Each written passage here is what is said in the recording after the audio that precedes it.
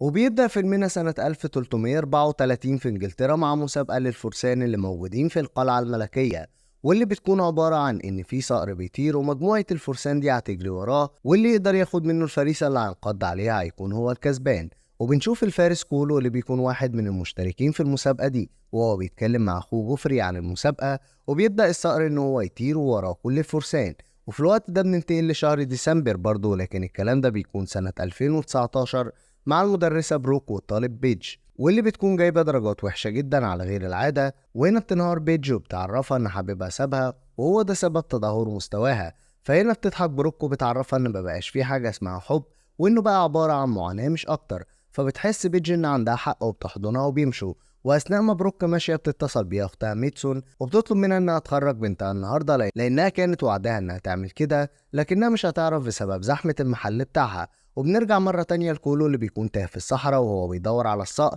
وفي الوقت ده بتظهر له ست مسنة، ولما بيعرض عليها انه ياخدها معاه لأي مكان آمن، فهنا بنتفاجئ بالست دي بتضحك وبتقول لكولو ان النهارده هيبدأ في تحقيق حلمه ان يكون فارس حقيقي. وبعدها بتديله بلورة سحرية وبتقول له ان علشان يحقق حلمه لازم يعرف نقطة ضعفه ويتغلب عليها قبل ليلة الكريسماس. وبتحذره ان المكان اللي هيروحه دلوقتي هيشوف حاجات عمره ما شافها قبل كده. وفجأة بتختفي الست من قدامه، وهو كمان لما بيبص للبلورة بيختفي.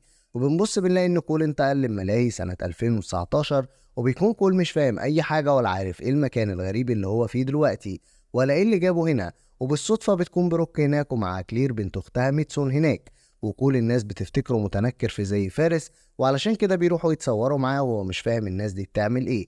واثناء ما بروك ماشيه بتخبط فيه من غير ما تقصد وبتوقع عليه المشروب بتاعها واللي بيعجبه طعمه جدا. وبتفضل بروك تعتذرله، لكن بتستغرب جدا لما بتلمس الدرع بتاعه، لان على الرغم من انها بتكون فاكراه متنكر الا ان الدرع بيكون شكله حقيقي جدا. ولما بتنده ميتسون عليها وبتمشي من قدامه، بيبان ان شكل كول عجبها وبيمشوا من الملاهي. وبيكون الجو بالليل عاصف والطريق مش باين. وفي الاثناء دي بيكون كول واقف في نص الطريق، فمش بتشوفه بروك وبتخبطه بالعربيه، لكن بسبب الدرع اللي بيكون كول لابسه بيقوم وكأن مفيش حاجة حصلت. فبتعتذر له بروك جدا، ولما بيجي الظابط وبيتكلم مع كول بيكون فاكره حصل حاجة لمخه بسبب الحادثة. وبيقول لبروك انه هيضطر ياخد كول مع الاسم ينام هناك لان معهوش ولا اي اثبات هوية. فهنا بترفض بروك وبتقول للظابط ان عندها بيت للضيوف هتاخد كول ينام فيه. وهنا ولأول مرة بيركب كول عربية واللي بيكون مسميها حصان حديد، وبيبقى عايز يفهم ازاي بروك بتسوقه. وأول ما بتشغل الكاسيت بيسألها عن مكان الناس اللي بتعزف، وبتكون بروك مستغربة جدا من تصرفاته. وبيوصلوا هما الاتنين للبيت وبتبقى بروك على وشك انها تقع، لكن طبعا كالعادة الفارس كول بيلحقها وبيدخلوا مع بعض. وبيستغرب كول من كل حاجة قدامه. ولما بتبص لهدومه بتطلب منه يقلعها وهي هتديله لبس حبيبها القديم، فبيطلب منها انها تشكره، لكن بتعرفه بروك انه كان شخصية زبالة وهي سعيدة جدا انه سابها. وبعدها بيكون كول جعان لكن بيستخدم طريقة صعبة علشان ياكل، فبتشوفه بروك وبتاخده المطعم علشان ياكلوا مع بعض. وهناك بتتفاجئ بحبيبها القديم، واول لما بتشوفه بروك بتتضايق. وهنا بيسحب كول سيفه وبيقول انه هيروح يقتله، لكنها بتوقفه وبتهديه وبيروحوا البيت مع بعض. وتاني يوم الصبح بتحضر بروك الفطار وبتجيلها اختها علشان تطمن عليه، وبيكون معاها هدوم لكول واللي واضح انها بتكون معجبة بيه. وقبل ما تمشي بتنصح اختها انها ما تسيبهوش يضيع من ايديها. وبيقعد كول وبروك وبيتفرجوا على التلفزيون وهما الاتنين بيناموا. وهنا بيحلم كول بالحصان بتاعه والساحرة، وهي بتقوله ان الحاجة اللي المفروض يعملها قبل الكريسماس موجودة جنبه، وكل اللي محتاج يعمله هو ان يبص بقلبه مش بعينيه. وتاني يوم بيروح كول مع بروك البيت علشان يساعدها في زينة عيد الميلاد. وهناك بتسأله بروك اذا كان فعلا مصدق ان في انتقال عبر الزمن والكلام ده. فهنا بيقول لها كول انها بس ما تعرفش هو بيتكلم عن ايه، فده مش معناه انه مش موجود. فبتقتنع بروك بكلامه وبيروحوا يجيبوا شجرة لعيد الميلاد مع بعض. وهناك وهما بيجيبوها بيبان ان في اعجاب بدأ يحصل بين الاتنين. لكن بعد شوية بيطلب منها ياخد عربيتها وفعلا بياخدها وبيسوقها بصعوبة، لكنه بيوصل المكان اللي نزل فيه لأول مرة. وبيفضل يدور على الساحرة مش بيلاقيها، وبيطول كول لحد ما بروك بتروح له وبتسأله ماله، فبيقول لها انه مش عارف المفروض يعمل ايه قبل يوم الكريسماس وايه هو الهدف الحقيقي اللي المفروض يلاقيه. وتاني يوم بتوريه لبروك القلعة وبتعرفه انه بقت مزار سياحي. وبتيجي اختها ميتسون وبنتها كلير وبيقضوا اليوم مع بعض. وبيخرج كول وبيتدرب باستخدام السيف بتاعه. وهنا بتطلع له بروك وبتطلب منه يرجع كل حاجة مكانها. واثناء ما هما بيتكلموا بتظهر جارتهم إلسون، واللي واضح ان عينيها كانت على كول وعجبها من اول ما شافته.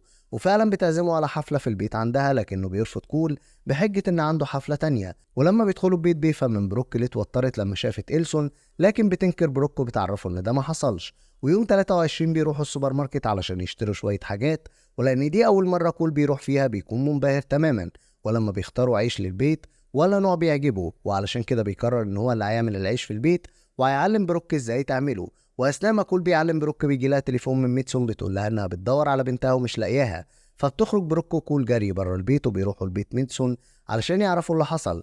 وهنا كول بيمشي ورا آثار أقدام كلير لحد ما بيوصل الجليد، وبتكون كلير واقفة ومش قادرة تتحرك وإلا التلج هيتكسر وهتقع.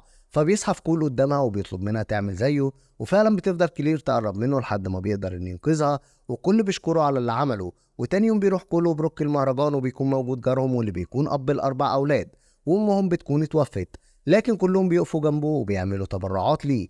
وبيروح كول يلبس لبس الفارس بتاعه علشان يفرح الأطفال، واللي كلهم بيروحوا علشان يتصوروا معاه. لكن بعد التصوير بتروح له إلسون وبتديله وردة هدية، وبتقول له إن المفروض من العادات والتقاليد عندهم إن أي حد يهادي الوردة دي لازم يعترفوا بحبهم لبعض. فهنا بيبص لها كول وبيبص لبروك، وبتعرف إلسون إن في حاجة بينهم هما الاتنين، وبتطلع ست حسيسة وبتاخد بعضها وبتمشي من سكات. وبياخد كل الوردة اللي أخدها من إلسون وبيروح يهديها لبروك، وبيقولها إن كده لازم يعترفوا بحبهم لبعض. فبتقول له بروك إن كل دي خرافات، بس بتقول له إن مفيش حد ضامن الظروف، وفعلا هما الاتنين بيعترفوا بحبهم لبعض. وبعد اللي بيحصل ده بيفهم كول اللي الساحرة كانت تقصده، وعلشان كده بياخد بروك للملاهي وبيقول لها إنه أخيرا فهم الهدف اللي الساحرة كانت تقصده. ولما بتسأله عنه بيقول لها إن هدفه ونقطة ضعفه هي الحب، واعترافها ليه بيه هو ده كان الهدف. وهنا بينزل كول على ركبته وبيقول لها إنه هيفضل يحبها مهما بعد عنها، بس بيفاجئها إنه لازم يرجع للقلعة مرة تانية علشان مراسم الاحتفال بتنصيب أخوه كفارس، وإنه ما يقدرش ما يروحش مهما كان السبب. فبتتضايق بروك جدا لكنها مش بتقدر تقول له لأ، وبيودعوا بعض هما الاتنين وبيختفي كول من قدامها. والغريبة إن أول لما بيمشي بتيجي الطالبة بيجي لبروك وبتقول لها إن حبيبها بيتحايل عليها علشان يرجعوا، لكن هي رافضة لأنها لسه فاكرة كلامها إن مفيش حاجة اسمها حب. لكن هنا كلام بروك بيتغير تماما وبتقول لها إن في حب فعلا، وساعة لما تلاقي الشخص اللي يستاهل الحب ده ما تسيبوش ابدا. وبيرجع كل اخوه اللي بيكون مخضوض عليه جدا، ولما بيساله هو كان فين بيحكي له كول باختصار انه تاه في الغابه، لكن في نفس الوقت لقى نفسه في مكان تاني وقدر ان يلاقي حبه الحقيقي، لكنه ما قدرش يفضل معاها ويسيبه يوم تنصيبه. هنا جوفري بيبص لاخوه متضايق وبيقول له ان ما ينفعش بعد ما لقى الشخص اللي بيحبه يمشي ويسيبه بالبساطه دي، وبيطلب جوفري من اخوه ان يرجع هناك مره تانيه وهو مش هيتضايق منه. فبيفرح كول جدا وبيودعه وبيمشي وبيروح للغابه مره تانيه علشان يدور على الساحره ويترجاها انها ترجعه مره تانيه. وبعد إلحاح شديد منه بتوافق الساحرة وبترجعه لسنة 2019 مرة تانية. وبيظهر فجأة قدام بروك كول مش بتكون مصدقة إنه ظهر مرة تانية، وبتسأله إذا كان رجع عشانها هي، فبيبص لها كول وبيقول لها إن المكان اللي هي فيه هو مكانه، وبيقرروا هما الاتنين إنهم يكملوا حياتهم مع بعض. وبيخلص فيلمنا لحد هنا.